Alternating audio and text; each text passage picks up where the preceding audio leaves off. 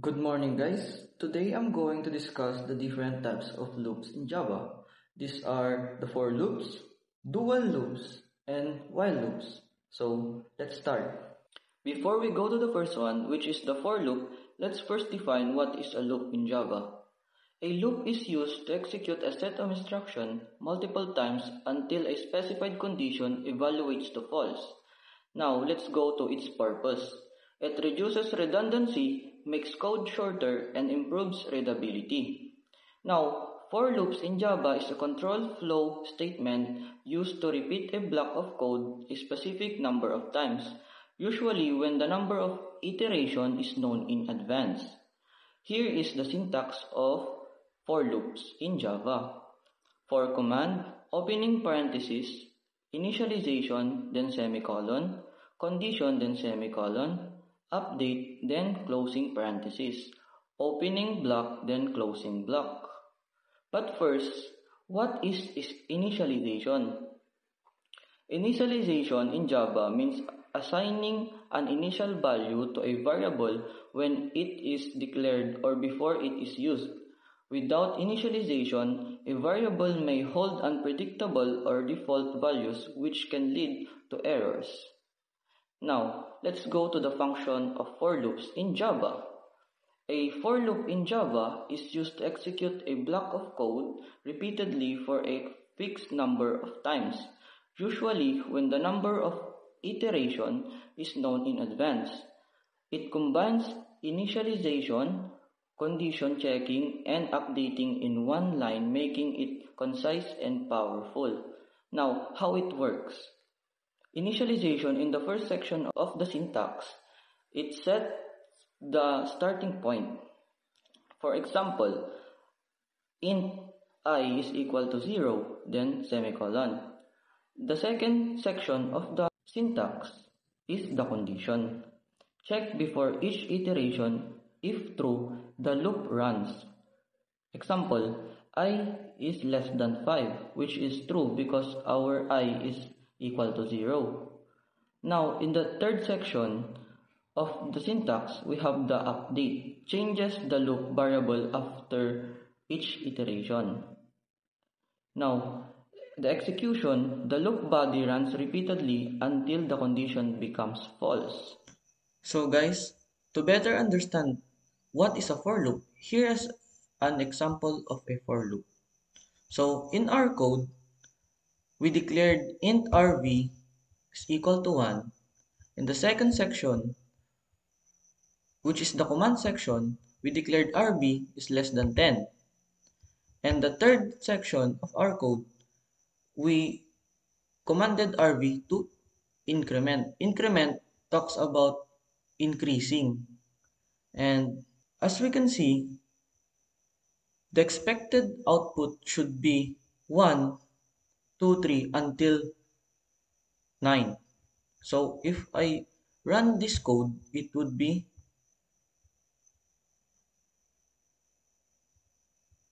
as we can see, we met the expected output, which is 1, 2, 3 until 9. But the real question is, why not 10?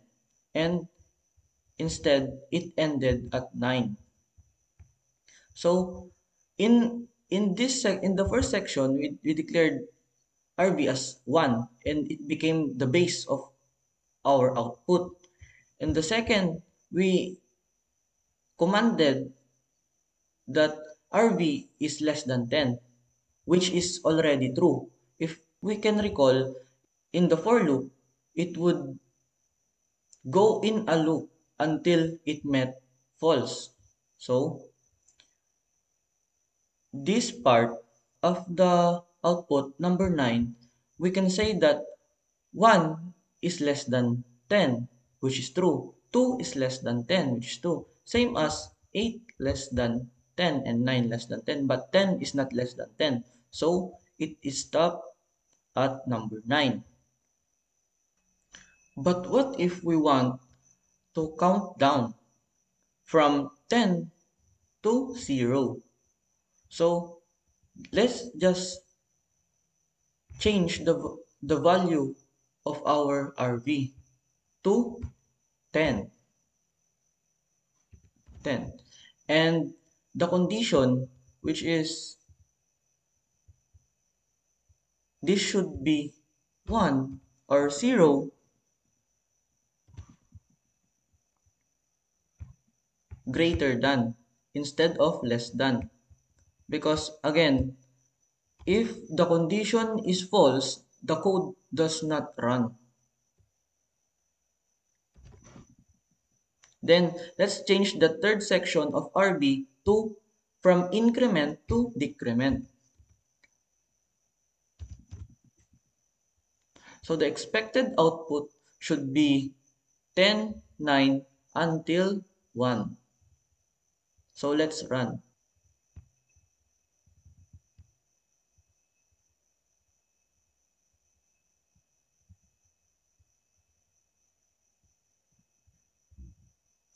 As we can see, we met the expected output, which is 10, 9, 8, 7 until 1. And why is this?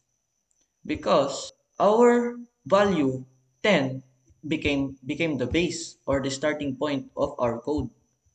And the condition was met because 10 is greater than 0. Then 9 is greater than 0, 8 is greater than 0, 7 is greater than 0. Same as 1 greater than 0, but 0 is not greater than 0. So it stopped at number 1. So let's test what if it is less than. The output or the expected output would be none because the condition is not met.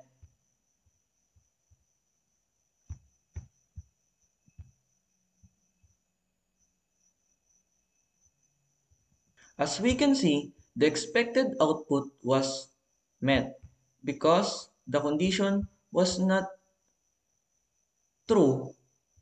The code did not run.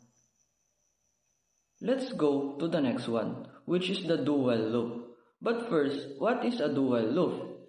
It's a control flow statement that executes a block of code at least once, and then continues to repeat the block as long as the specified condition evaluates to true. Unlike the while loop, the condition is checked after the loop body. This guarantees one execution even if the condition is false initially. Let's go to the function of do-while loop. Ensure the loop body runs at least once, useful when you want to prompt or process something before checking the condition. For example, user input validation. Combines execution and condition checking in a way that guarantees minimum execution. Now, let's go to its syntax. Do command opening block. In the middle is the code block to be executed. Closing block, while command opening parenthesis the condition, then closing parenthesis, then don't forget the semicolon. Here is an example of a do-while loop. In our code, we declared int rv is equal to 10 and do system.out.print rv is plus rb. Our rv, which is valued as 10. Now, it states here that rb increments or increases. Well, in the last command, while rv is less than 5, which we can see 10 is less than 5, which is false. Now, in do-while loop always run at least once, even if the condition is false. At the start, this is the key difference between while loop, which would skip the code block completely in the same situation. As we have observed in the for loop, when the condition is not met, the code does not run. But in do while loop, even if the condition is not met, it would still run, but only once. So our expected outcome would be RB is 10. So let's test and run.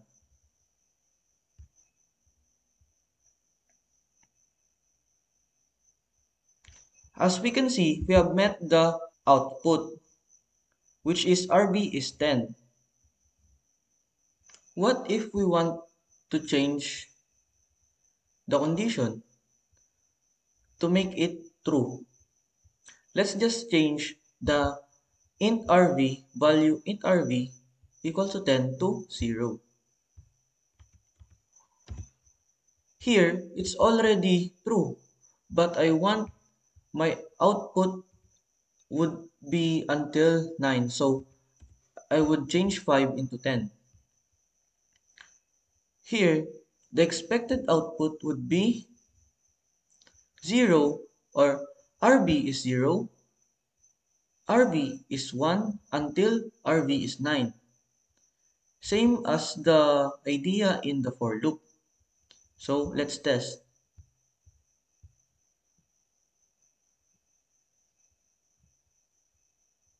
So we have met the expected output. RB is 0, RB is 1 until RB is 9. What if we want to count down? Let's just change the value of RB here into 10. And in the command part, in the while part, RV, let's change this into 0. And change it, instead of less than, let's change this into greater than. Because 10 is greater than 0, which is true. And let's change the increment into decrement because it is decreasing or counting down. So the expected output would be RV is 10, RV is 9 until RV is 1. Let's test.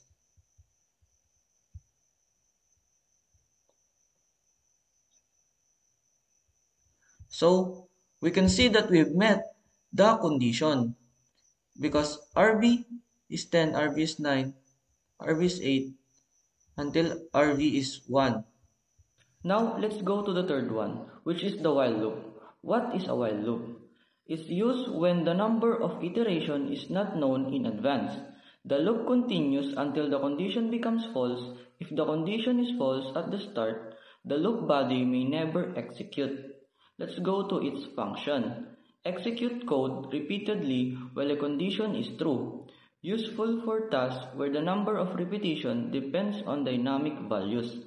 For example, user input, sensor data, or calculations. Helps reduce redundancy and makes code more readable. Here are some examples or cases using while loop. Reading data until end of a file. Running a program until a user chooses to exit. Iterating until a certain condition is met in calculation. Now let's go to its syntax. While command, opening parenthesis, the command or condition, closing parenthesis, opening block, the code block to be executed, then closing block. To better understanding what is a while loop, here is a simple example. In our code, we declared variable RV into 3 and its condition is RV is greater than 0, which is true. And here's another section of the code. The system.out.print happy birthday. Well, loop in the previous example, the condition was true at the start, so the loop ran one more time. But if the condition is false at the beginning, the code inside the loop will never run. So if the condition is not met in while, the code inside this will not run. So let's first try what would be the expected output in our code in this form. So the expected output would be 3, 2, 1, then it should print happy birthday because again the condition is met, so the code should run and our RV is in decrement, so the number is decreasing. So let's test.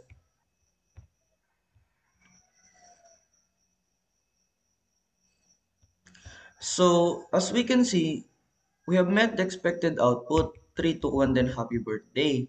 But what if the condition is not met? As it says here that the code inside the loop will never run. How is that? So if we change this into 4, which is 3 is not greater than 4, it becomes false. Then this part of the code should not run. So let's test.